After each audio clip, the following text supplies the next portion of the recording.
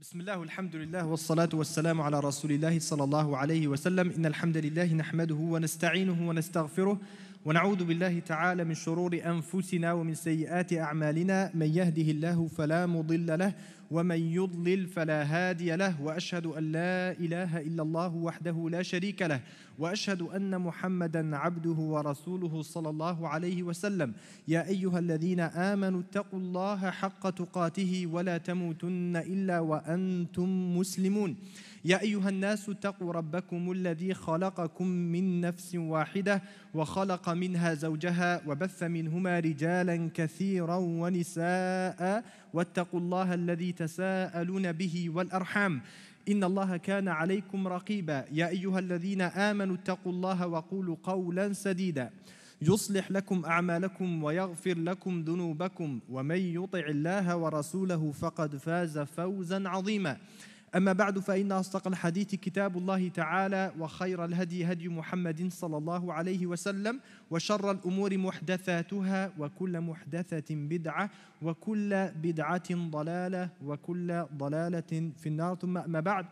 Mes chers frères et sœurs en islam, on vit aujourd'hui dans cette ère qu'on appelle l'ère de la science, l'ère de la connaissance, une ère dans laquelle la connaissance la plus importante est devenue le fait d'être renseigné sur une machine comme celle-ci. Et ce n'est pas pour rabaisser l'importance d'une machine. Et ce n'est pas pour faire croire aux gens qu'en islam, l'avancée de la recherche scientifique, de l'innovation, de la technologie est une chose qui n'est pas importante. Loin de nous de commencer avec ça. Mais comme on le sait en tant que croyants, Allah subhanahu wa ta'ala nous a créés pour une mission. Et on ne doit pas oublier quelle est cette mission pour laquelle Allah subhanahu wa ta'ala nous a créés. Allah subhanahu wa ta'ala nous a créés pour un objectif, pour un but. Et il nous a donné des moyens pour pouvoir arriver à ce but. Mais de nos jours, lors de notre ère, l'ère dans laquelle on vit, il semblerait que les gens ont fait des moyens, ils ont transformé leurs moyens que Allah subhanahu wa ta'ala leur a donnés en des fins, en des objectifs. Et le meilleur verset, ou bien l'un des meilleurs versets du livre d'Allah subhanahu wa ta'ala qui décrivent l'état de la majorité des êtres humains de nos jours, c'est quoi? C'est quand Allah subhanahu wa ta'ala il nous parle de ces personnes-là qui sont وَلَا تَكُونُوا كَالَّذِينَ نَسُوا اللَّهَ فَأَنْسَاهُمْ أَنفُسَهُمْ. Ceux qui ont oublié leur Seigneur, ils ont oublié Allah subhanahu wa ta'ala, qui est la chose la plus importante de laquelle on devrait se rappeler et être renseigné. Et c'est quoi al-jaza, c'est quoi al-natija, c'est quoi le résultat, les conséquences? La première punition que Allah subhanahu wa ta'ala a donnée à ces personnes qui ont oublié Allah subhanahu wa ta'ala, c'est que Allah subhanahu wa ta'ala leur a fait oublier leur propre personne. Ils se sont oubliés. Et ça, c'est une phrase qu'on entend très fréquemment de nos jours, que les gens ils disent « Ah, je ne prends pas assez soin de moi. Je devrais commencer à penser plus à moi. » Et les gens, ils essayent et ça ne fonctionne pas. Les gens ont oublié leur frères en l'humanité. Les humains se sont oubliés les uns les autres.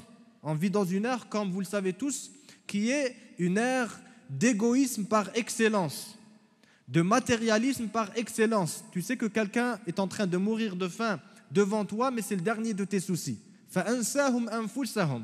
Ça fait partie de ça, comme c'est mentionné dans certains livres de tafsir, que moi je vais t'oublier et l'autre il va m'oublier lui aussi. Pourquoi? Tout ça c'est une conséquence du fait que les gens ont commencé à oublier la connaissance la plus importante qui est dans cet univers, qui est la connaissance d'Allah subhanahu wa ta'ala.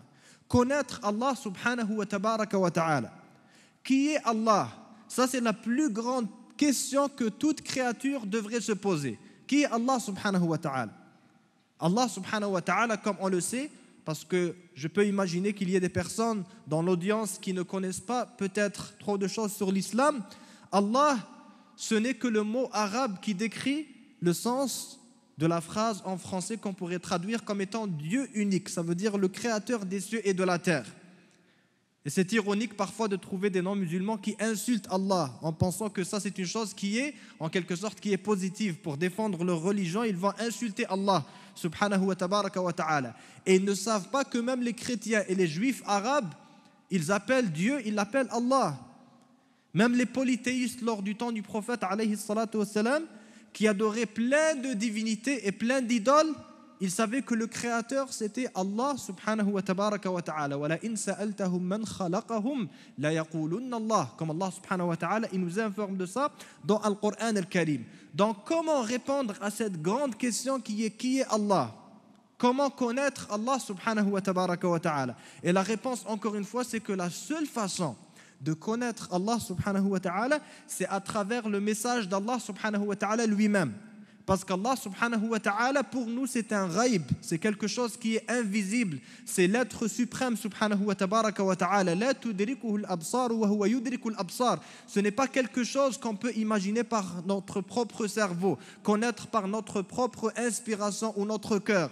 Et c'est pour ça que Allah subhanahu wa ta'ala, il nous a envoyé des prophètes et des messagers pour nous dire c'est qui Allah subhanahu wa ta'ala, qu'est-ce que Allah subhanahu wa ta'ala il veut pour nous et qu'est-ce qu'il ne veut pas pour nous.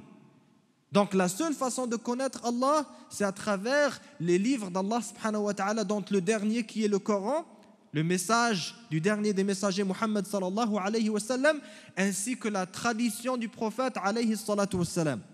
Dans ces mots authentiques alayhi salatu wa sallam, ce qu'on appelle habituellement les ahadiths. Et dans le livre d'Allah subhanahu wa ta'ala, pour celui qui veut vraiment connaître Allah subhanahu wa ta'ala, il n'y a pas quelque chose de plus facile que ça. Tout ce que tu as à faire, c'est ouvrir le livre d'Allah subhanahu wa ta'ala et tu vas trouver la description de ton Seigneur à l'intérieur. Allah subhanahu wa ta'ala, il s'adresse à Moïse, à Moussa alayhi salam. Qu'est-ce qu'il dit subhanahu wa ta'ala?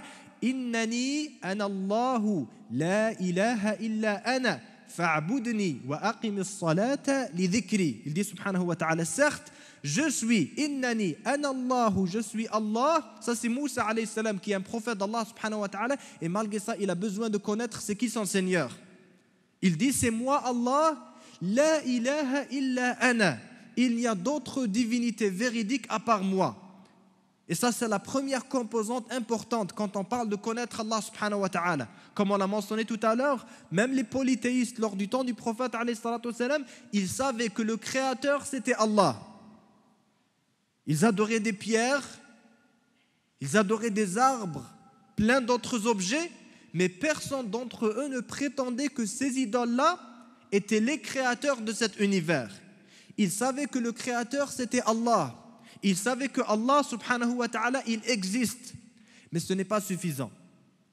Il faut en connaître plus sur Allah subhanahu wa ta'ala. Il faut connaître que la ilaha illa ana. Il y a d'autres qui ont le droit d'être adorés à part Allah subhanahu wa ta'ala. C'est la seule divinité qui est véridique. Ça veut dire que tu ne peux pas dire que moi je crois qu'il y a un seul créateur qui s'appelle Allah subhanahu wa ta'ala, mais qu'en même temps je vais adorer d'autres divinités. Je vais adorer une pierre, je vais adorer par exemple un arbre, une personne, de l'argent, un téléphone, un objet, un appareil. Non, tu adores un seul Seigneur qui est le créateur des cieux et de la terre subhanahu wa ta'ala. Et c'est pour ça, après ça, qu'est-ce qu'il dit Allah à Moïse, à Moussa alayhi salam? Innani ana Allahu la ilaha illa ana fa'budni.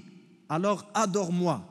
La première obligation, la plus importante obligation qui répond à la deuxième question existentielle, après le fait de connaître c'est qui Allah subhanahu wa ta'ala, c'est pourquoi est-ce que Allah m'a créé? Pourquoi est-ce que j'existe sur cette terre? Est-ce que nous existons pour le simple fait de gagner des diplômes, pour se faire de l'argent, pour se marier, pour construire des maisons? Qu'est-ce qui va arriver après tout ça? Un jour qu'on va tout accumuler, qu'est-ce qui arrive après? On va mourir. Pourquoi on a pu vivre et pourquoi on meurt? Qu'est-ce qu'il y a après la mort?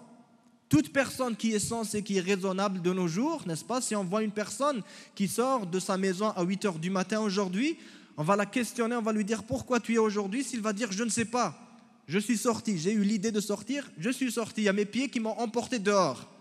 J'existe dehors, c'est comme ça, c'est la réalité. Mais je ne sais pas pourquoi je suis dehors. on va dire que ça c'est quelqu'un qui est fou. Ce n'est pas quelqu'un qui est sensé. Parce que toute personne, tout être humain qui est sensé, qui est doué d'une raison, d'une sagesse, va savoir qu'il ne devrait faire quelque chose que s'il y a un objectif derrière ça. Je suis sorti pour respirer, pour voir la nature, pour rencontrer un ami, telle et telle autre raison. Et Allah subhanahu wa ta'ala, il nous dit dans le Coran al-Karim que la raison de notre existence dans cette terre et dans cette vie, c'est quoi? C'est d'adorer notre Seigneur. وَمَا خَلَقْتُ الْجِنَّ وَالْإِنسَ إِلَّا لِيَعْبُدُونَ. Ça, c'est la raison pour laquelle nous avons été créés sur cette terre.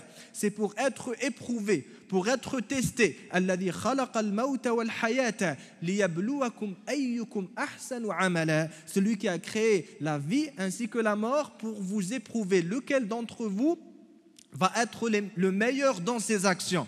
Et après ça, on va mourir.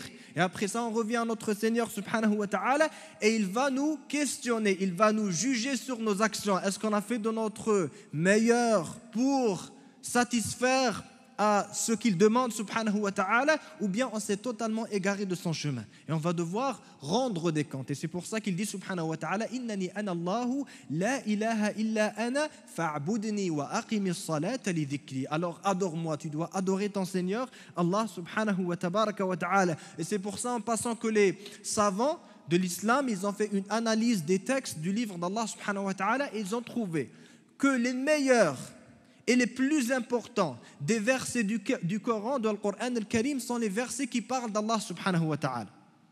Quel est le plus grand verset dans Al-Qur'an al-Karim? La plus grande ayah, la plus importante, on appelle ça ayatul kursi. Le verset du trône, comme on le traduit en français, même si la traduction n'est pas très précise, n'est-ce pas? Ayatul kursi, c'est quoi ayatul kursi? Ce verset nous parle de quoi? Ça ne parle que d'Allah subhanahu wa ta'ala. Allahu la ilaha illa huwa al-hayyul qayyum al-ayah. Vous connaissez le verset. C'est quoi le chapitre le plus important du livre d'Allah subhanahu wa ta'ala?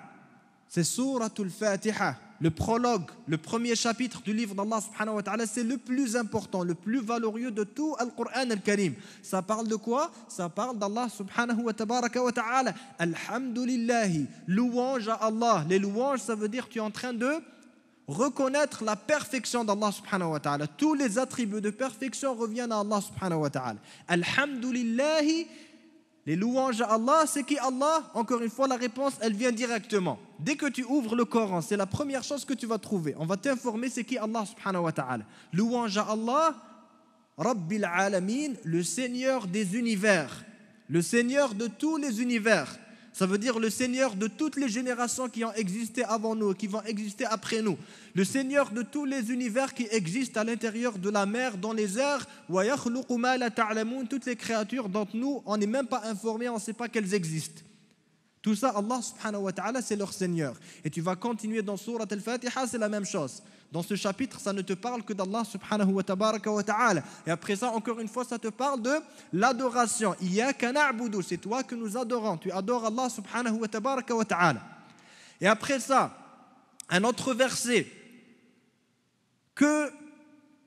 ou bien d'autres versets qu'on récite très fréquemment et que le prophète, que la paix règne sur lui, alayhi salatu wassalam, il nous a informé que ce chapitre-là, qui est très court, égale et vaut dans son importance le tiers du Coran, le tiers de Al-Qur'an al-Karim. C'est quoi ces versets?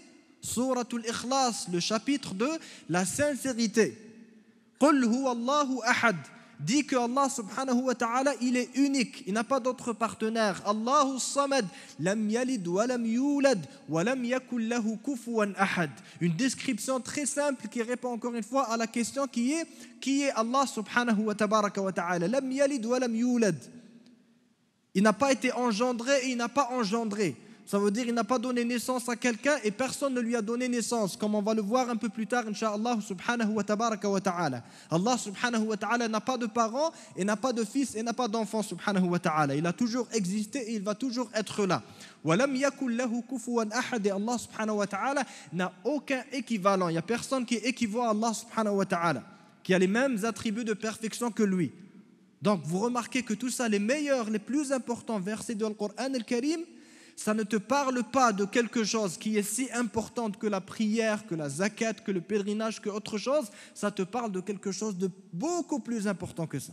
qui est Allah subhanahu wa ta'ala, qui devrait être notre première connaissance qu'on doit acquérir en islam, qui est Allah subhanahu wa ta'ala.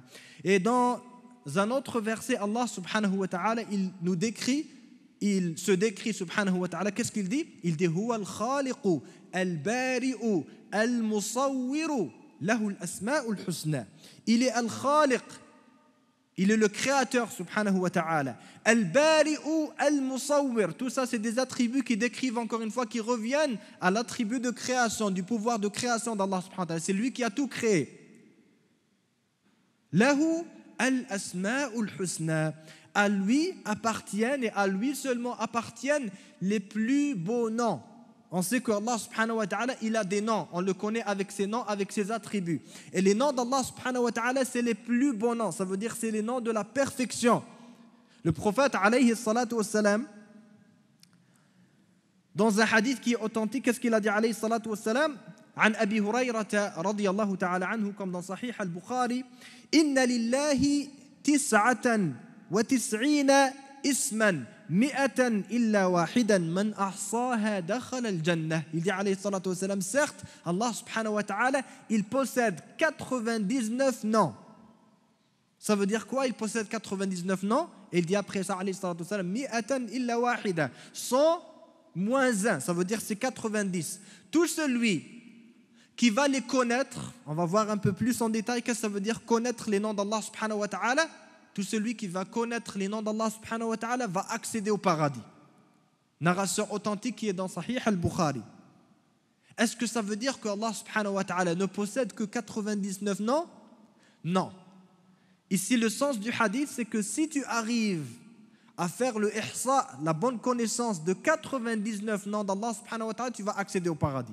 Mais Allah subhanahu wa ta'ala, il a beaucoup plus que 99 noms et beaucoup plus que 99 attributs. C'est pour ça que le prophète alayhi salatu wassalam, il disait dans son dua, dans ses invocations, comme dans le hadith authentique, أسألك بكل اسم هو لك سميت به نفسك أو أنزلته في كتابك أو علمته أحدا من خلقك أو استأثرت به في علم الغيب عندك. Il disait alayhi salatu wassalam, oh Allah, je te demande par chaque nom qui te appartient, qu'il soit mentionné dans ton livre, ça veut dire le Coran, ça veut dire les noms que nous on connaît, ou bien que tu aies attribué, ou bien que tu aies accordé ce nom à seulement l'une de tes créatures. Il y a un prophète, un ange qui connaît un nom d'Allah subhanahu wa ta'ala que nous on ne connaît pas.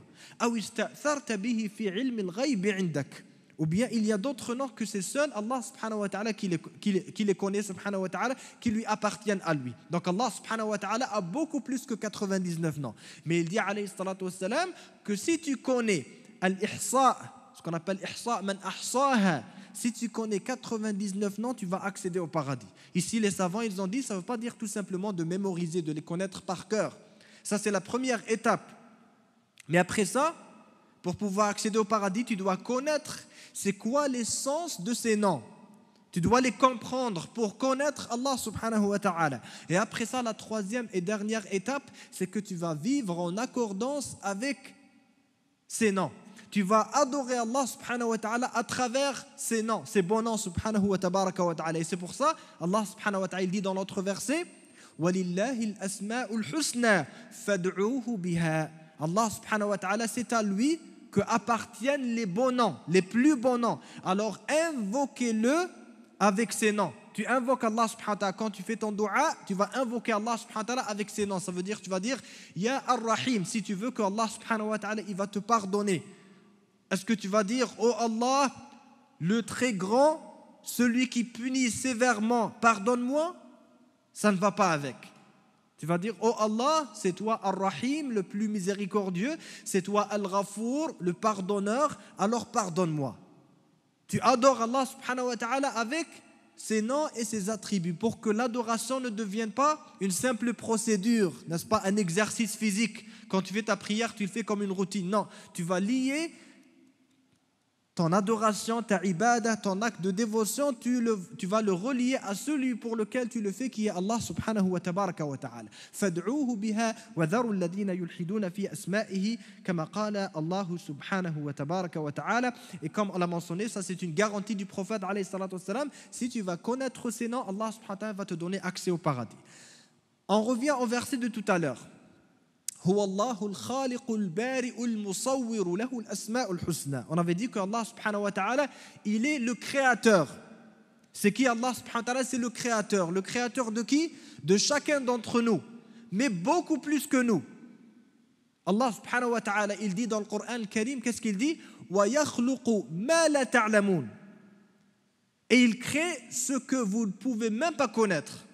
Ça veut dire, si tu vas lire tous les dictionnaires du monde, toutes les encyclopédies du monde, tu vas avoir toute la connaissance que les êtres humains, ils ont découvert jusqu'à aujourd'hui, tu ne vas pas connaître toutes les créatures d'Allah subhanahu wa tabaraka wa ta'ala. Comme la question très fréquente, n'est-ce pas, la question, bien sûr, ce n'est pas juste les musulmans qui se posent cette question-là, mais il y a même des non-musulmans qui se posent cette question, parfois de façon qui est pas mal scientifique. Est-ce qu'il y a une vie à l'extérieur de notre planète? Y a-t-il d'autres créatures sur les autres planètes? Nous, qu'est-ce qu'on dit en tant que croyants? On dit Allahu a'lam. C'est Allah subhanahu wa ta'ala qui le sait. Nous, on ne le sait pas. Si c'était nécessaire pour nous de le connaître, qu'il y a des créatures qui vivent sur la planète Mars et sur telle planète et telle planète, Allah subhanahu wa ta'ala nous en aurait informés. Mais on ne peut pas tout connaître. On est des simples créatures. Donc nous, on dit quoi? Wa yakhluqu ma la ta'lamun. Allah subhanahu wa ta'ala, il crée ce que même nous, on ne peut pas savoir. Il y a les djinns, les esprits qui sont créés à partir de feu. Il y a les anges, al-malaïka, alayhimus salam, qui sont créés à partir de lumière, qui vivent avec nous sur cette terre et malgré ça, on ne les voit pas. Il y a des créatures, les personnes spécialistes dans ce genre de domaine peuvent vous le confirmer, vous pouvez faire des recherches, Inch'Allah. Dans les océans, il y a tant de créatures d'Allah subhanahu wa tabaraka wa ta'ala. Et ils découvrent tant de nouvelles créatures et de nouvelles catégories de poissons qu'il y a des poissons qui n'ont même pas de nom. Il y a des créatures qui n'ont pas de nom. C'est parce que l'être humain, وَمَا أُوتِيتُم مِّنَ الْعِلْمِ إِلَّا قَلِيلًا, comme Allah subhanahu wa ta'ala il dit, toute la connaissance que vous avez les êtres humains, ce n'est que très peu. Si tu penses que le fait de savoir comment utiliser cette machine ici, n'est-ce pas, comment envoyer un SMS très rapidement comme ça, que tu es devenu un connaisseur, n'est-ce pas, que tu vis dans l'ère de la science, n'est-ce pas, et que l'être humain, il fait de nos jours ce que personne n'a fait avant lui, tu te trompes. وَمَا أُوتِيتُم مِّنَ الْعِلْمِ إِلَّا قَلِيلًا, comme Allah subhanahu wa ta'ala, il nous a dit dans le Coran al-Karim, dans son livre subhanahu wa tabaraka wa ta'ala. Regardez un petit défi ici qu'Allah subhanahu wa ta'ala, il lance aux polythéistes. Les mouchriquines lors du temps du prophète alayhi salatu wassalam, encore une fois, pour parler à leur raison. C'est parce que le Coran c'est un livre en passant, n'est-ce pas? On essaye parfois de donner l'image que l'islam c'est une religion qui est contraire à la science, contraire à la raison, n'est-ce pas? Et on va assumer que c'est la même chose que les autres religions qui ont été altérées et modifiées. Et le problème c'est quand nous les musulmans parfois, on va tant entendre ce genre de choses dans le discours médiatique qu'à long terme, on va commencer à être affecté. On pense que vraiment l'islam, oui, ce n'est pas quelque chose qui est raisonnable. C'est une religion au sens que c'est une fois et c'est fini. Tu l'acceptes et c'est fini. Ce n'est pas vrai. Le livre d'Allah subhanahu wa ta'ala, le Coran al-Karim, est plein de débats qui sont rationnels, qui sont raisonnables, qui discutent avec la logique. Donc ces mouchriquines, ces polythéistes, ils ont dit oui, il y a Dieu, il existe, il s'appelle Allah subhanahu wa ta'ala, mais nous, malgré ça, on va adorer telle pierre et telle autre pierre et telle idole, n'est-ce pas? En passant le prophète alayhi salatu wassalam, notre cher prophète alayhi salatu wassalam, qui a été persécuté à la Mecque, etc., etc., on ne lui a jamais dit que Dieu n'existe pas. Il n'y a personne qui lui a dit que ce n'est pas vrai ça, Dieu, que Dieu n'existe pas, que tu n'as pas de preuves scientifiques pour ça. Non. Tout le monde, la majorité des personnes acceptaient que Dieu y existe. Le problème c'était quoi? La différence entre le prophète alayhi salatu wassalam, son message, et entre les croyances des polythéistes, c'est que le prophète alayhi salatu wassalam leur a dit il y a un seul Seigneur, le Créateur, c'est lui que vous adorez. Eux ils ont dit non, on va adorer d'autres créatures avec Allah subhanahu wa ta'ala qui vont nous rapprocher de Dieu. Un manque de confiance dans le cœur, c'est ça le problème. C'est quand tu n'as pas assez confiance en Allah subhanahu wa ta'ala, tu vas dire oui c'est vrai, c'est Allah subhanahu wa ta'ala qui est le Créateur et telle chose, mais c'est aussi peut-être mon boss. c'est mon professeur à l'école, c'est telle chose, c'est telle personne qui peut me faire du bien et du mal. Donc si je me tourne seulement à Allah subhanahu wa ta'ala, je risque de perdre les autres. Donc je vais essayer un peu de faire le compromis. Parfois j'adore Allah subhanahu wa ta'ala et parfois même les autres êtres humains, presque je vais les adorer. Ça veut dire je vais, de façon qui est complètement aveugle, je vais leur obéir. Même quand je sais qu'on me demande de faire des choses qui n'ont pas de sens, c'est des choses qui sont complètement erronées. Alors Allah subhanahu wa ta'ala, il lance un défi aux mushrikines, aux polythéistes pour les ramener à la raison. Ya ayyuhan nasu, duriba mathalun fastami'u lah. Ya ayyuhan nas, ça veut dire oh vous les gens, ça veut dire on s'adresse à tout le monde, ouvrez vos oreilles, c'est ce que Allah subhanahu wa ta'ala nous demande de faire. Innal ladhina tad'una min dunillahi la yakhluqu dhubaban walaw ijtama'u lah. Ces autres idoles que vous adorez avec Allah subhanahu wa ta'ala ne peuvent même pas créer une seule mouche, même s'ils vont tous se rassembler pour le faire. Ça veut dire, ramenez tous vos idoles et vos pierres, et Lat, Al-Uzza, n'est-ce pas, les différents dieux qu'ils avaient, demandez-leur de créer une seule mouche. La mouche qui est une créature qui n'a aucune valeur, l'une des plus petites créatures d'Allah subhanahu wa ta'ala. Ce n'est pas un être humain, n'est-ce pas? Ce n'est pas un lion, ce n'est pas une montagne. Créer une seule mouche. Impossible. Et ça, c'est depuis le temps du prophète jusqu'à aujourd'hui. Demande à toutes les universités du monde, à tous les instituts du monde, à tous se rassembler ensemble et à créer une mouche, une vraie mouche. Pas une machine comme ça qui ressemble à une mouche, n'est-ce pas? Une vraie mouche. Ils vont être incapables de le faire. Allah subhanahu wa ta'ala n'a pas créé une mouche, deux mouches. Il a créé des milliards et des milliards de mouches et d'êtres humains et d'anges et de telles choses et de telles choses. Comme on l'a mentionné. Donc Allah subhanahu wa ta'ala, comme on l'a mentionné dans ce même verset,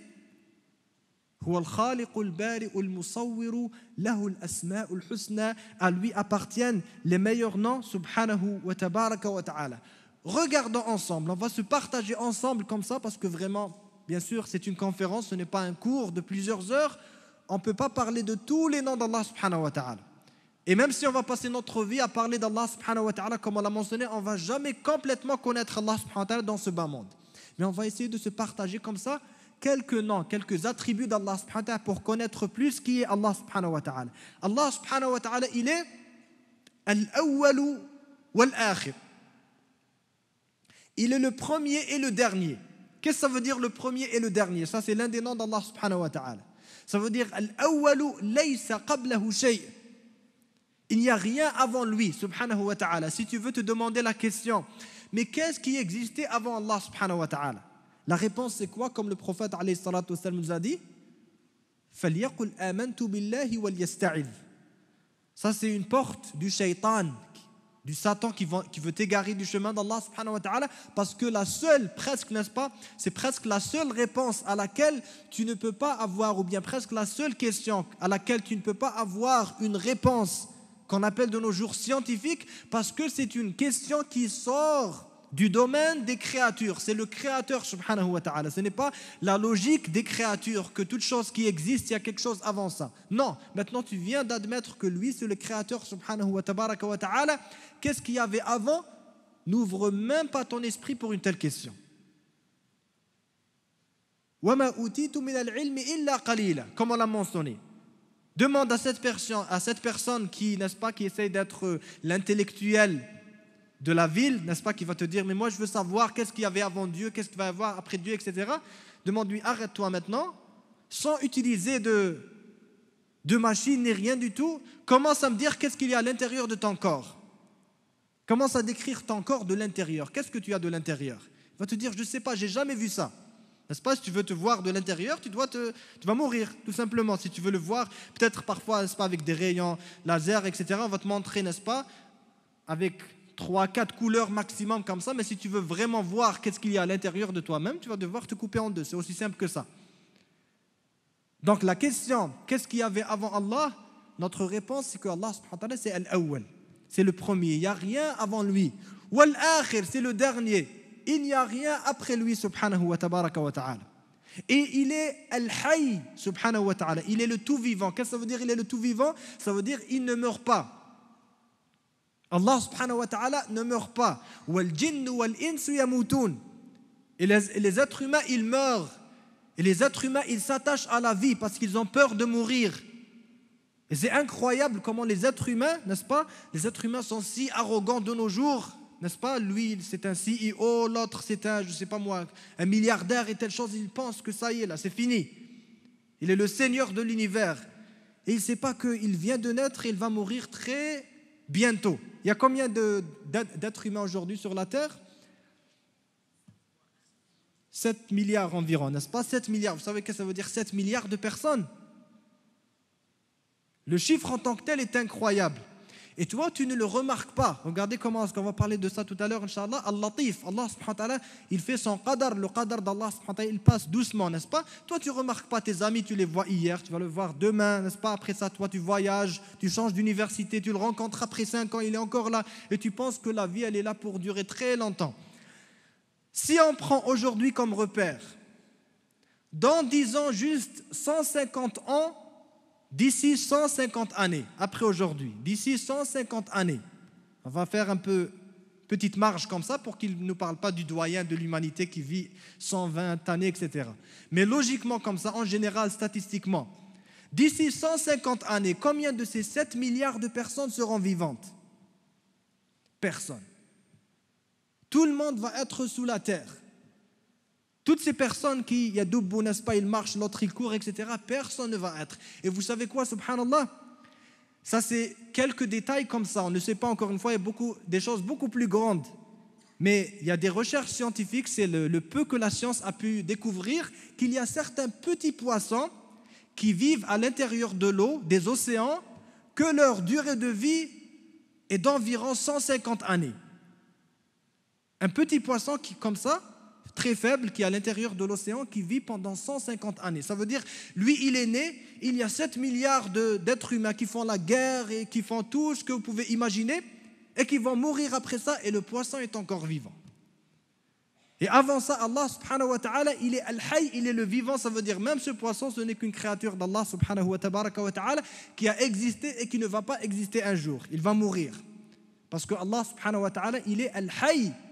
Et il est Al-Qayyum, la ta'khudhuhu sinatun wa la nawm. Allah subhanahu wa ta'ala, il ne dort pas, comme le prophète alayhi salatu wassalam nous a informé dans le hadith authentique, et comme c'est dans le verset, ou bien qui est dans surat, ou bien qui est fi ayati al-kursi, comme on l'a mentionné. Un autre attribut d'Allah subhanahu wa ta'ala, d'autres noms d'Allah subhanahu wa ta'ala, c'est l'attribut de miséricorde. Allah subhanahu wa ta'ala, il est Ar-Rahman ou Ar-Rahim, le tout miséricordieux, le très miséricordieux. On n'a pas le temps de parler des détails entre, c'est quoi la différence entre Ar-Rahman et Ar-Rahim. On veut parler généralement de l'attribut de la miséricorde d'Allah subhanahu wa ta'ala. Allah subhanahu wa ta'ala, il est le plus miséricordieux. Ça veut dire toute miséricorde que toi tu peux imaginer, Allah subhanahu wa ta'ala, sa miséricorde est beaucoup plus grande. Regardez ce hadith du prophète alayhi salatu wassalam, n'est-ce pas, le hadith qui est authentique, qui est dans Bukhari et Muslim. Le prophète alayhi salatu wassalam, une fois il a vu comme ça une femme en train de courir, elle a pris son bébé, elle a commencé à allaiter son bébé.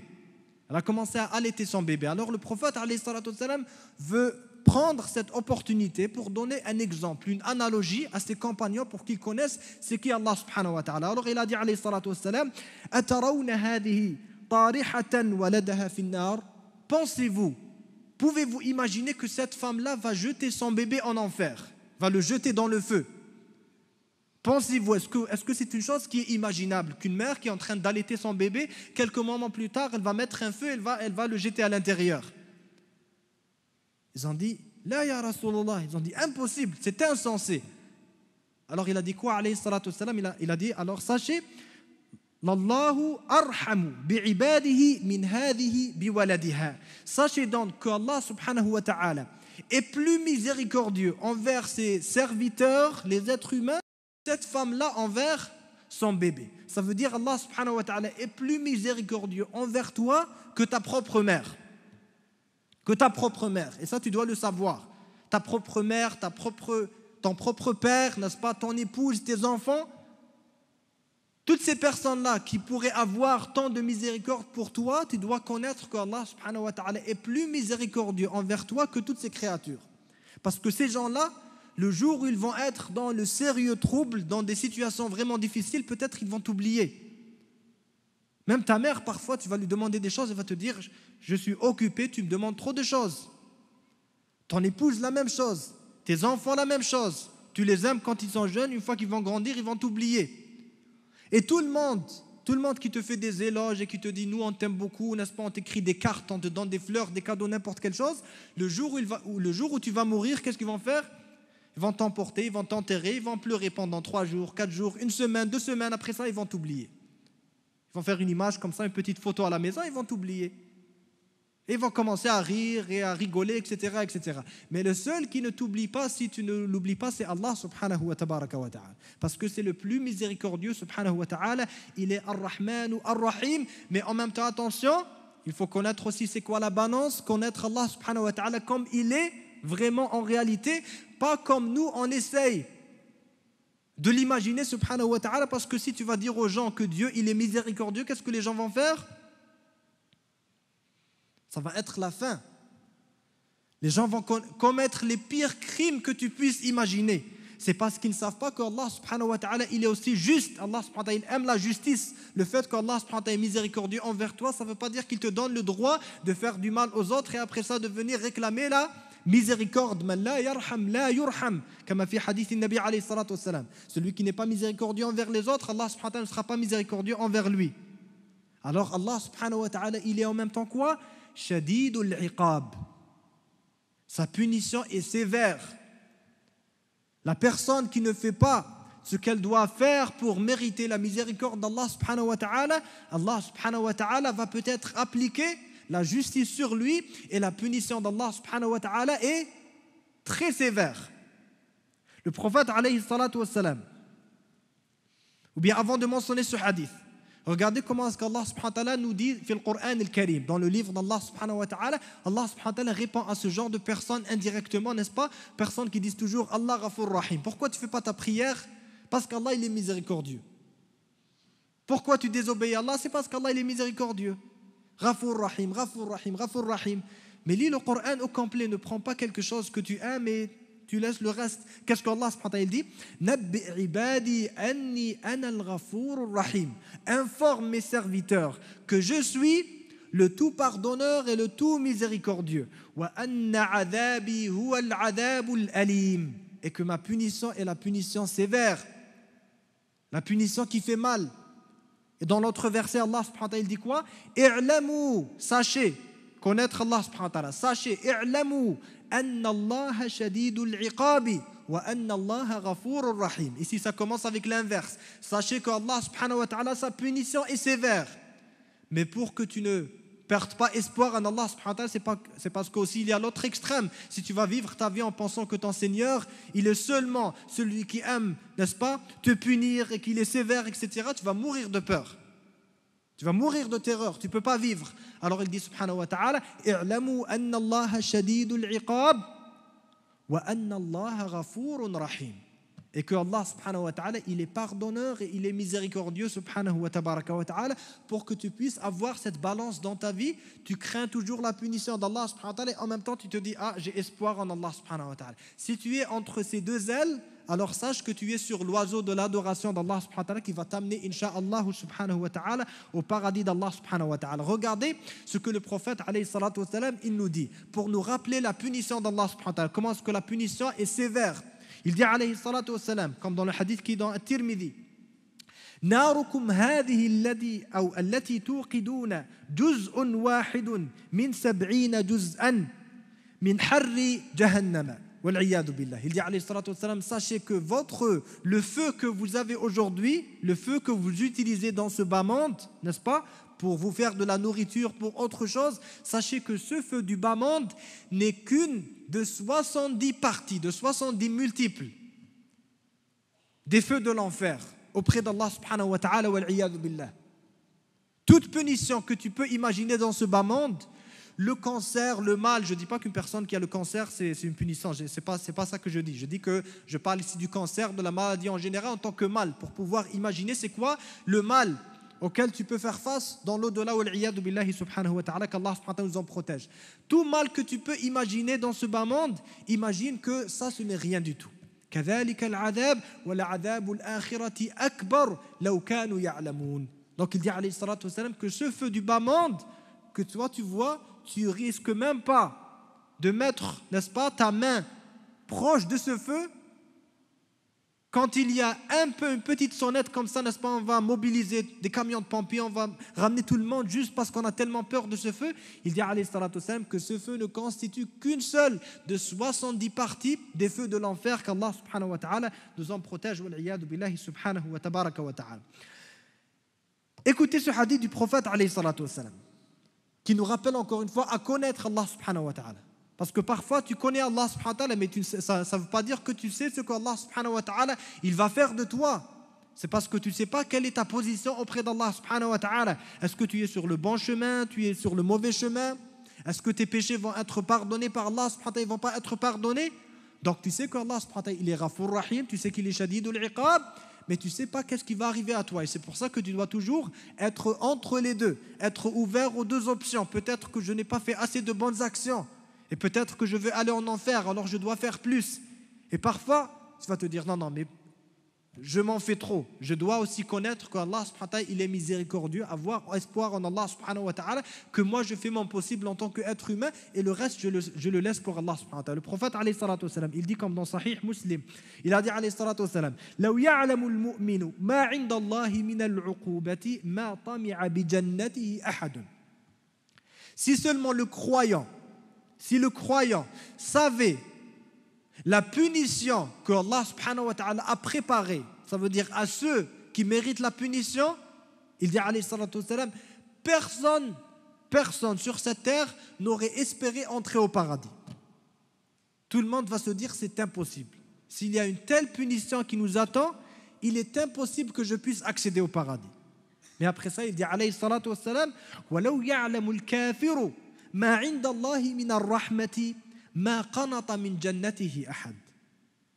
Et si le mécréant savait quelle est la miséricorde que Allah subhanahu wa ta'ala il a préparée à ceux qui méritent sa miséricorde, il n'y a personne qui va perdre espoir en le fait d'entrer au paradis. Ça veut dire chacun va dire s'il y a une telle miséricorde qui est dans l'au-delà, c'est certain que tout le monde va aller au paradis.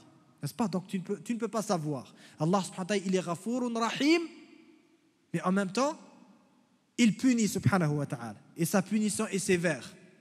Maintenant, comment nous protéger de la punition d'Allah subhanahu wa ta'ala? Comment tendre vers le côté de la miséricorde? Tu dois savoir qu'avant tout ça et après tout ça, écoutez ce hadith du prophète alayhi salatu wassalam, n'est-ce pas? Parce que parfois il y a des gens qui critiquent l'islam sur ce point-là. Ils vont dire mais voyez-vous, par exemple dans d'autres religions on va dire que nous on croit que Dieu il est seulement miséricordieux, mais vous parlez, le Coran ça parle de la punition, etc., n'est-ce pas? Et ça, ce n'est pas vrai en passant. Même si vous ouvrez la Bible, ça parle de la punition, ça parle de bien d'autres choses. Mais même si on va prendre ça du point de vue théorique, le fait de dire aux gens que Dieu, le jour du jugement, tu vas aller rencontrer ton Seigneur, mais que ton Seigneur est miséricordieux, et tu t'arrêtes là et tu vas dire non, Dieu n'aime pas la punition, n'aime pas telle chose, et Dieu il est miséricordieux, les gens vont te dire alors moi j'ai le droit de faire tout ce que je veux faire.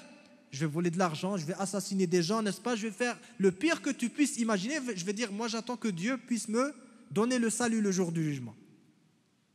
Alors ça, ce n'est pas logique. Et en plus de ça, la deuxième réponse, c'est quoi?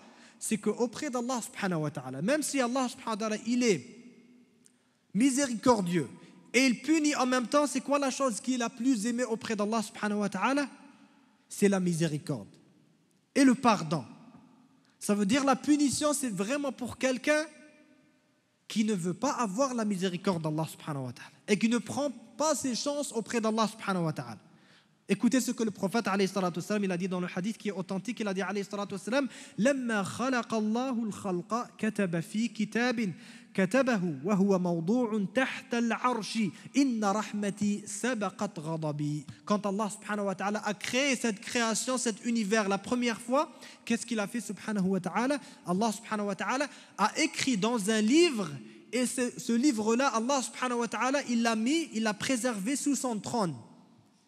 Qu'est-ce qui est écrit sur ce livre-là? Que ma miséricorde devance ma colère.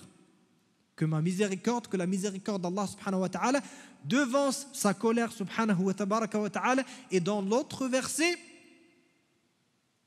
et pour introduire ce verset, je vais commencer avec une histoire. Il y a une fois un homme qui est venu chez l'un des ulama, l'un des savants de l'islam, lui a dit: Ya Sheikh, ya alim.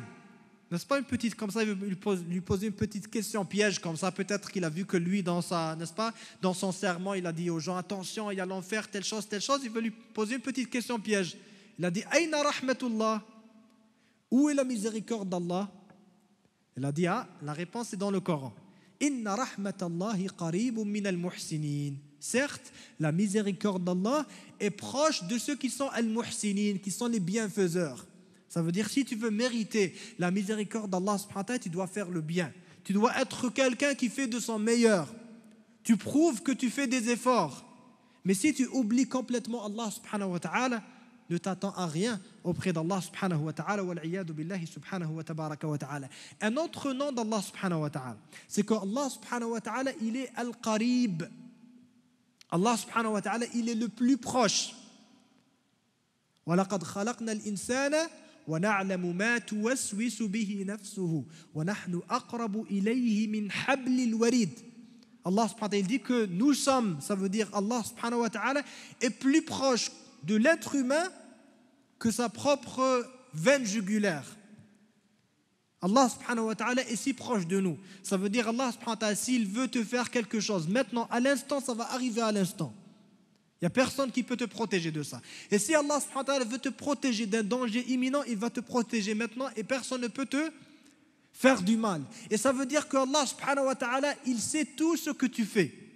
Et là où tu es, Allah subhanahu wa ta'ala, il est avec toi. Wa huwa ma'akum aynama kuntum. Ça ne veut pas dire que Allah subhanahu wa ta'ala, je sais que c'est une question que les gens posent, n'est-ce pas, de façon fréquente. Qu'est-ce que ça veut dire que Allah subhanahu wa ta'ala, il est avec nous partout?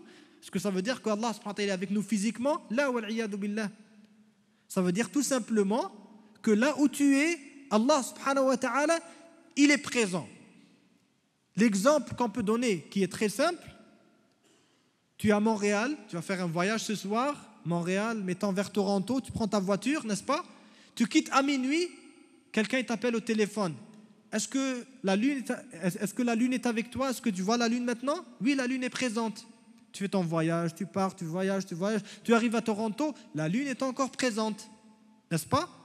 Parfois, tu vas parler avec quelqu'un au téléphone, à Montréal, tu lui parles, il est présent, il est avec toi au téléphone, pas physiquement. Tu arrives à Toronto, tu lui parles, il est toujours avec toi au téléphone. Donc, ce genre de questions, n'est-ce pas, philosophiques, ne devrait pas être en quelque sorte notre souci plus important, entrer dans des débats qui sont inutiles parfois, alors que le but et l'objectif principal, c'est de le connaître, de connaître Allah subhanahu wa ta'ala vraiment pour pouvoir l'adorer subhanahu wa ta'ala, pas pour faire des débats de philosophie avec les différentes sectes et les différentes questions qu'on pourrait se poser. Et Allah subhanahu wa ta'ala, il est proche de nous et il est avec nous subhanahu wa ta'ala avec son assistance, parce qu'Allah subhanahu wa ta'ala, il est avec tout le monde, même quelqu'un qui ne croit pas en Allah subhanahu wa ta'ala, Allah subhanahu wa ta'ala, il est avec lui, ça veut dire Allah subhanahu wa ta'ala le surveille. Il ne peut pas sortir de la création d'Allah subhanahu wa ta'ala. Mais si tu veux que Allah subhanahu wa ta'ala te surveille, mais aussi qu'il soit avec toi, alors sache que Allah subhanahu wa ta'ala, il est aussi al-qarib. Si tu veux te rapprocher d'Allah subhanahu wa ta'ala, Allah subhanahu wa ta'ala va se rapprocher de toi. Le hadith du prophète alayhi salatu wassalam, qu'est-ce qu'il dit alayhi salatu wassalam? Que Allah subhanahu wa ta'ala, il dit: Ana 'inda dhanni 'abdi bi wa ana ma'ahu idha dhakarani. Je suis toujours selon la pensée de mon serviteur de moi. Ça veut dire, si tu penses du bien d'Allah subhanahu wa ta'ala, Allah subhanahu wa ta'ala va t'apporter du bien, n'est-ce pas? Réponse très simple à l'une des maladies de nos jours, n'est-ce pas, la dépression, que les gens ils s'attendent toujours au pire des choses, à la pire des options. Le prophète alayhi salatu wassalam nous a appris à toujours être positif, optimiste. Tant que tu fais le bien, si tu fais le mal, il y a quelque chose qui ne va pas. Mais si tu fais le bien, tu dois être optimiste parce qu'Allah subhanahu wa ta'ala, il dit comme dans ce hadith, Ana 'inda dhanni 'abdi bi. Je suis de la façon de laquelle mon serviteur il pense de moi. Si tu penses qu'Allah subhanahu wa ta'ala va t'aider, Allah subhanahu wa ta'ala va t'aider. Si tu penses qu'Allah subhanahu wa ta'ala va te laisser tomber alors tu ne mérites pas l'assistance d'Allah subhanahu wa ta'ala, Allah subhanahu wa ta'ala ne va pas t'aider. Après ça, il dit alayhi salatu wassalam qu'Allah subhanahu wa ta'ala il dit فَإِنْ ذَكَرَنِي فِي نَفْسِهِ ذَكَرْتُهُ فِي نَفْسِي وَإِنْ ذَكَرَنِي فِي مَلَإٍ ذَكَرْتُهُ فِي مَلَإٍ خَيْرٍ مِّنْهُمْ. Il dit subhanahu wa ta'ala que si mon serviteur se rappelle de moi tout seul, il fait mention de moi tout seul, je vais faire mention de lui. Quand tu fais le dhikr d'Allah subhanahu wa ta'ala, Allah subhanahu wa ta'ala va faire mention de toi. Et si tu fais mention d'Allah subhanahu wa ta'ala fi mala'in, dans un groupe avec des personnes, alors Allah subhanahu wa ta'ala va faire mention de toi dans un groupe qui est plus important que ce groupe, qui est le groupe des malaïka, des anges alayhim salam. Allah subhanahu wa ta'ala va parler de toi aux malaïka, aux anges alayhim as-salatu was-salam. Et après ça il dit subhanahu wa ta'ala wa in taqarraba ilayya bi shibrin taqarrabtu ilayhi dira'an wa in taqarraba ilayya dira'an taqarrabtu ilayhi ba'an wa in atani yamshi ataytuhu harwala. N'est-ce pas? Ici ça nous décrit des mesures qui existaient dans le temps des Arabes, que je ne sais pas exactement ça équivaut à quoi de nos jours en termes de pouces ou bien de, n'est-ce pas, de centimètres, etc. Mais l'idée c'est quoi? C'est que Allah subhanahu wa ta'ala nous dit dans ce hadith que si tu te rapproches d'Allah subhanahu wa ta'ala d'une distance, il va se rapprocher de toi d'une distance qui est plus grande. Et si tu te rapproches d'Allah subhanahu wa ta'ala d'une distance plus grande, il va se rapprocher de toi d'une distance qui est encore plus grande. Et si tu marches vers Allah subhanahu wa ta'ala, Allah subhanahu wa ta'ala va venir vers toi encore plus rapidement. Donc Allah subhanahu wa ta'ala, il aime qu'on se rapproche de lui, et quand tu vas te rapprocher d'Allah subhanahu wa ta'ala, sache qu'Allah subhanahu wa ta'ala va te rapprocher plus rapidement. Le shaitan parfois il va te dire quoi? Ne fais pas ta prière, tu ne devrais pas commencer ta prière. Pourquoi? La prière c'est trop difficile, c'est pas pour toi. Prier 5 fois par jour, c'est tout un effort. Mais toi, tu dois savoir quoi? Tu dois savoir que toi, tu n'as qu'à faire l'effort. Et Allah subhanahu wa ta'ala, il va te tirer vers lui. Il va te faciliter subhanahu wa tabaraka wa ta'ala. Donc, ce n'est qu'une question de sincérité, de volonté. Le reste vient d'Allah subhanahu wa tabaraka wa ta'ala. Comme Allah subhanahu wa ta'ala, il nous dit وَمَا رَمَيْتَ إِذْ رَمَيْتَ وَلَكِنَّ اللَّهَ رَمَى. Qu'en réalité, toutes nos bonnes actions nous viennent d'Allah subhanahu wa tabaraka wa ta'ala. Nous, ce qu'on doit faire, c'est la volonté et le premier pas en quelque sorte. Et Allah subhanahu wa ta'ala va faire le reste pour nous. Allah subhanahu wa ta'ala, il est Al-Malik. Il est Al-Malik.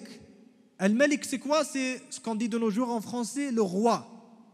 Ça veut dire la vraie royauté appartient à Allah subhanahu wa tabaraka wa ta'ala. Tous les rois du monde ne sont que des rois qui sont temporaires, qui sont limités, qui vivent et qui meurent, qui peuvent faire des protocoles pour montrer qu'ils sont des rois, mais dans leur vie personnelle, ils sont touchés par la tristesse, par la maladie, par les problèmes, n'est-ce pas, par l'angoisse, par plein d'autres choses. Le vrai et le seul roi, c'est Allah subhanahu wa tabaraka wa ta'ala. C'est Allah subhanahu wa tabaraka wa ta'ala. Le prophète alayhi salatu wassalam nous dit dans le hadith authentique qui a été rapporté par l'imam Bukhari et l'imam Muslim: يَقْبِضُ اللَّهُ الْأَرْضَ وَيَطْوِي السَّمَوَاتِ بِيَمِينِهِ ثُمَّ يَقُولُ. Le jour du jugement, Allah subhanahu wa ta'ala va prendre la terre et va plier les cieux. Les cieux, ça veut dire tout cet univers. Tout cet univers, Allah subhanahu wa ta'ala va le plier en un seul instant.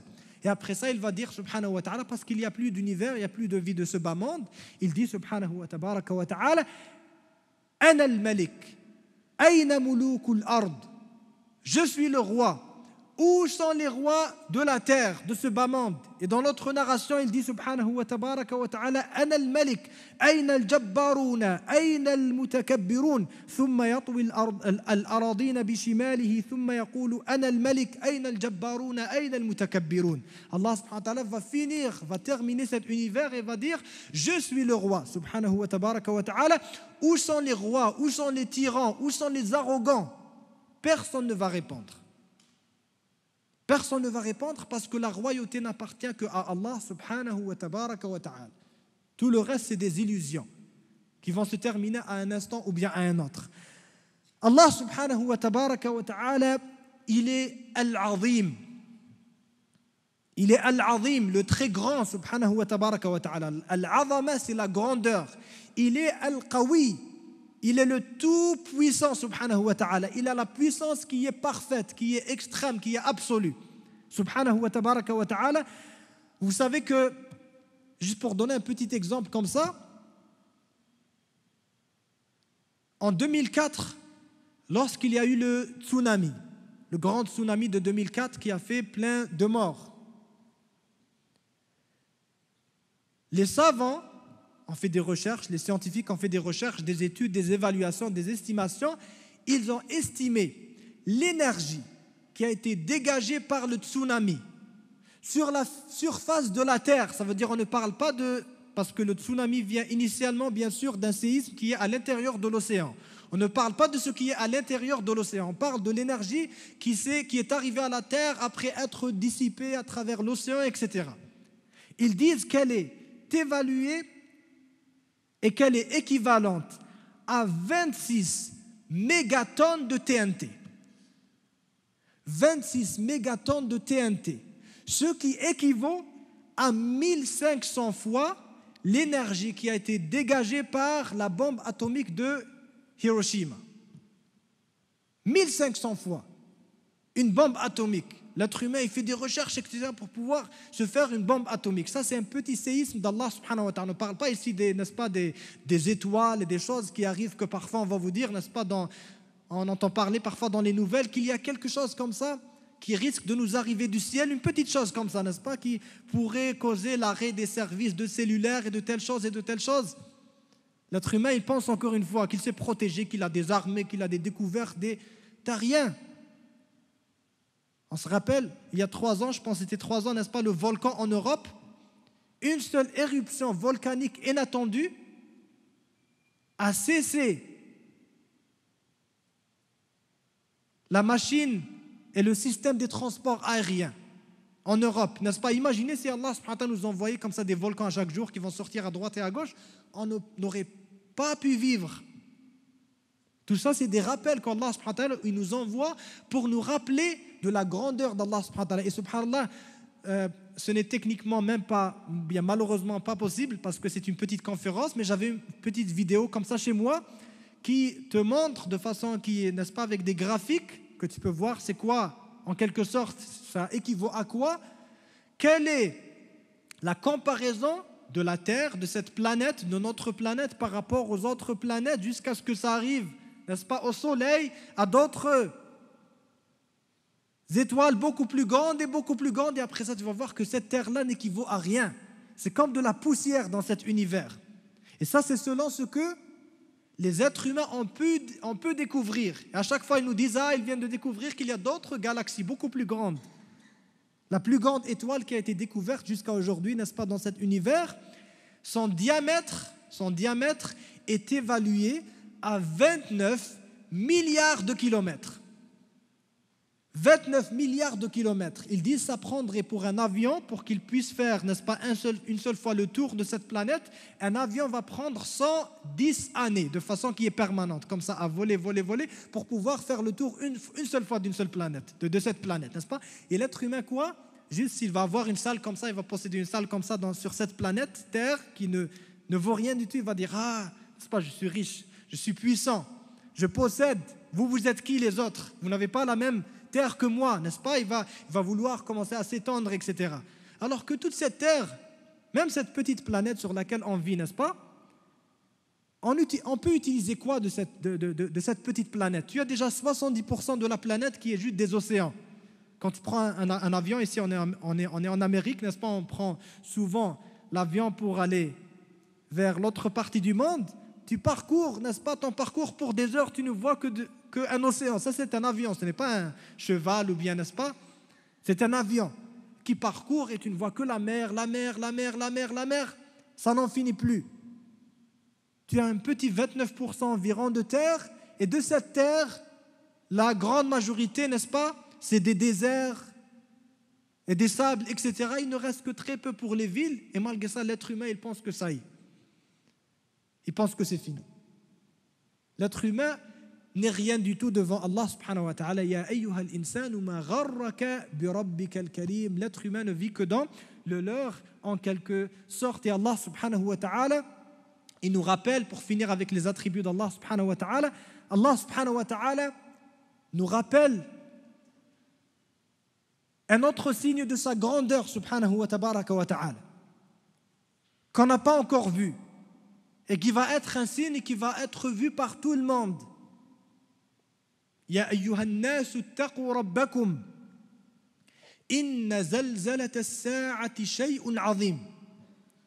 Il dit subhanahu wa ta'ala, ô vous les gens, les êtres humains, craignez votre Seigneur, car certes le séisme de l'heure, le séisme de la fin des temps, tous les séismes, n'est-ce pas, les tremblements de terre que nous on a vus. Est-ce qu'il y a des personnes ici qui ont déjà vécu, qui ont déjà été présentes dans un séisme? Levez vos mains. Un vrai séisme, pas quelque chose d'un petit 4, n'est-ce pas, 3 pour 3, comme ça on te dit, ah, il y a un petit séisme, n'est-ce pas?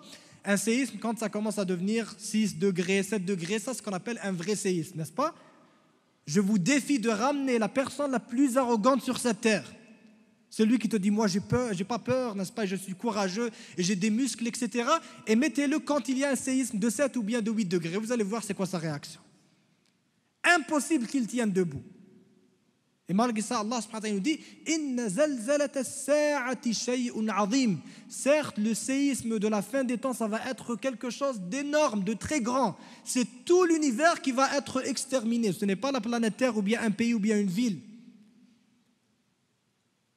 Même les montagnes, Allah subhanahu wa ta'ala nous a dit que les montagnes vont exploser en un seul instant, n'est-ce pas? Les montagnes qui sont en tant que telles l'un des signes de la grandeur d'Allah subhanahu wa ta'ala.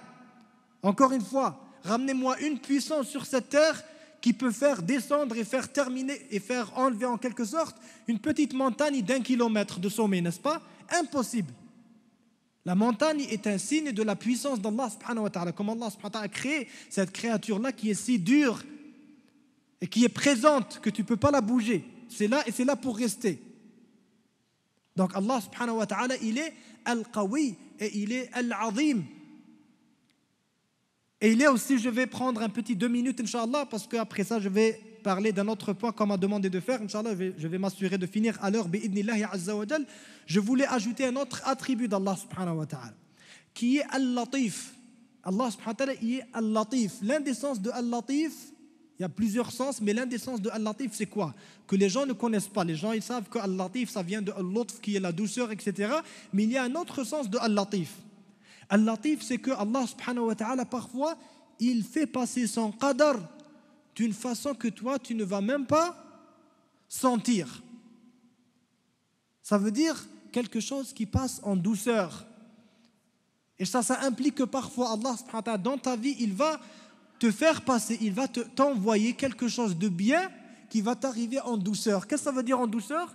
Ça veut dire, toi, tu penses que ça, c'est une punition. Tu penses que c'est un mal, mais Allah subhanahu wa ta'ala, il sait que ça c'est bon pour toi. Wallahu ya'lam wa antum la ta'lamun. À plus long terme, c'est pour ton propre bien. Allah subhanahu wa ta'ala, qu'est-ce qu'il dit dans le Coran al-Karim pour nous décrire encore une fois l'ignorance de l'être humain qui ne connaît pas son Seigneur. فَأَمَّا الْإِنسَانُ إِذَا مَا ابْتَلَاهُ رَبُّهُ فَأَكْرَمَهُ وَنَعَّمَهُ فَيَقُولُ رَبِّي أَكْرَمَنِ. Allah subhanahu wa ta'ala, il dit que l'être humain, si son Seigneur, il va le traiter de la bonne façon, il va lui donner l'argent, le pouvoir, etc. N'est-ce pas? Qu'est-ce qu'il va dire? Rabbi akraman. Mon Seigneur me traite d'une bonne façon. Ça veut dire mon Seigneur, il m'aime. Comme il y a des gens qui disent, moi je prie pas, je fais telle chose, mais je sais que Dieu, il m'aime. Comment tu sais que Dieu, il t'aime?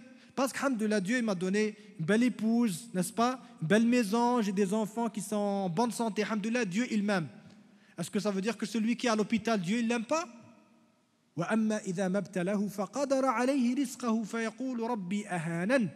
Et quand il va l'éprouver et qu'il va restreindre son accès aux ressources, s'il n'a pas d'argent, il est pauvre, qu'est-ce qu'il va dire l'être humain? Encore une fois, il ne connaît pas Allah, il va dire Rabbi ahanan.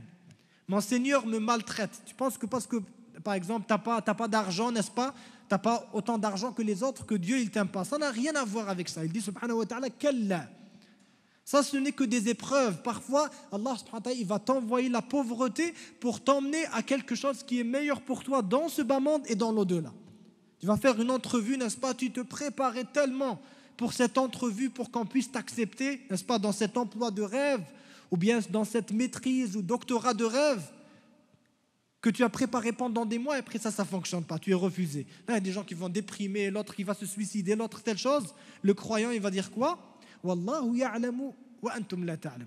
Allah subhanahu wa ta'ala, il sait, moi je ne sais pas. Wa asa an tuhibbu shay'an wa huwa sharrun lakum. Comme Allah subhanahu wa ta'ala, il dit que parfois vous aimez des choses qui sont mauvaises pour vous, parfois vous détestez des choses qui sont bonnes pour vous. Allah subhanahu wa ta'ala, il t'a éprouvé avec ce petit test, tu vas être un peu patient et après ça, Allah subhanahu wa ta'ala va te donner quelque chose de meilleur. Inna ma'al usri yusran, inna ma'al usri yusra, comme Allah subhanahu wa ta'ala il dit. Et quand on parle de ça aussi, attention, une chose, ça c'est un point très important que je viens de me rappeler, n'est-ce pas? Qu'il y a des gens qui pensent que la religion c'est moi et Allah subhanahu wa ta'ala. Je décide et il décide. Non. La religion, c'est la religion d'Allah subhanahu wa ta'ala. C'est insensé, c'est illogique de croire, moi je vais croire, Dieu, mon Seigneur, il est si miséricordieux envers moi. Il m'aime, il me protège, il est le puissant, il connaît tout, etc. Mais après ça, je vais dire, je vais ouvrir son livre, comme ça je vais dire, cette partie de la religion, je l'aime bien. L'autre partie, ça n'a pas beaucoup de sens. Les temps ont changé de nos jours, on devrait la changer, etc., etc. N'est-ce pas, quand on va dire parfois, on va dire c'est un religieux, n'est-ce pas, comment on appelle ça, radicaliste, qui veut suivre le Coran à la lettre. Moi, je crois que le Coran, et je peux le prouver que le Coran, c'est le livre de Dieu. Si toi, tu ne crois pas que le Coran, c'est le livre de Dieu, c'est normal, c'est logique. Mais c'est illogique pour quelqu'un de dire, moi, je crois que le Coran, ça, c'est le livre de Dieu. Après ça, je veux dire, ouais, mais le suivre à la lettre, c'est, n'est-ce pas? Qu'est-ce que tu veux dire? Dieu, il ne sait pas? Est-ce que Dieu, il ne sait pas? Est-ce que Dieu, il a oublié des choses qui sont importantes? Est-ce qu'il nous a demandé de faire les mauvaises choses? Dieu qui t'a créé toi et le système nerveux qui est à l'intérieur de toi que les médecins n'arrivent même pas à comprendre pleinement de nos jours, n'est-ce pas, et qui a créé ton corps à l'intérieur et ton âme et les choses que tu ne peux pas expliquer et les bactéries et les maladies qu'on n'a pas pu leur trouver une explication jusqu'à aujourd'hui, c'est lui qui a révélé ce livre. Et quand il te dit fais telle chose et ne fais pas telle chose, quand il te dit que ça c'est halal, ça c'est haram, ça c'est interdit, ça c'est licite, tu dois avoir confiance en ton Seigneur subhanahu wa tabaraka wa ta'ala. Ala ya'lamu man khalaqa wa huwa al-latifu al-khabir subhanahu wa tabaraka wa ta'ala. Pour clore, Inch'Allah, on m'a demandé de parler d'un autre petit point en 5 minutes qu'on va combiner parce que c'est le même sujet en quelque sorte. Quelle est la récompense de celui qui connaît Allah subhanahu wa ta'ala?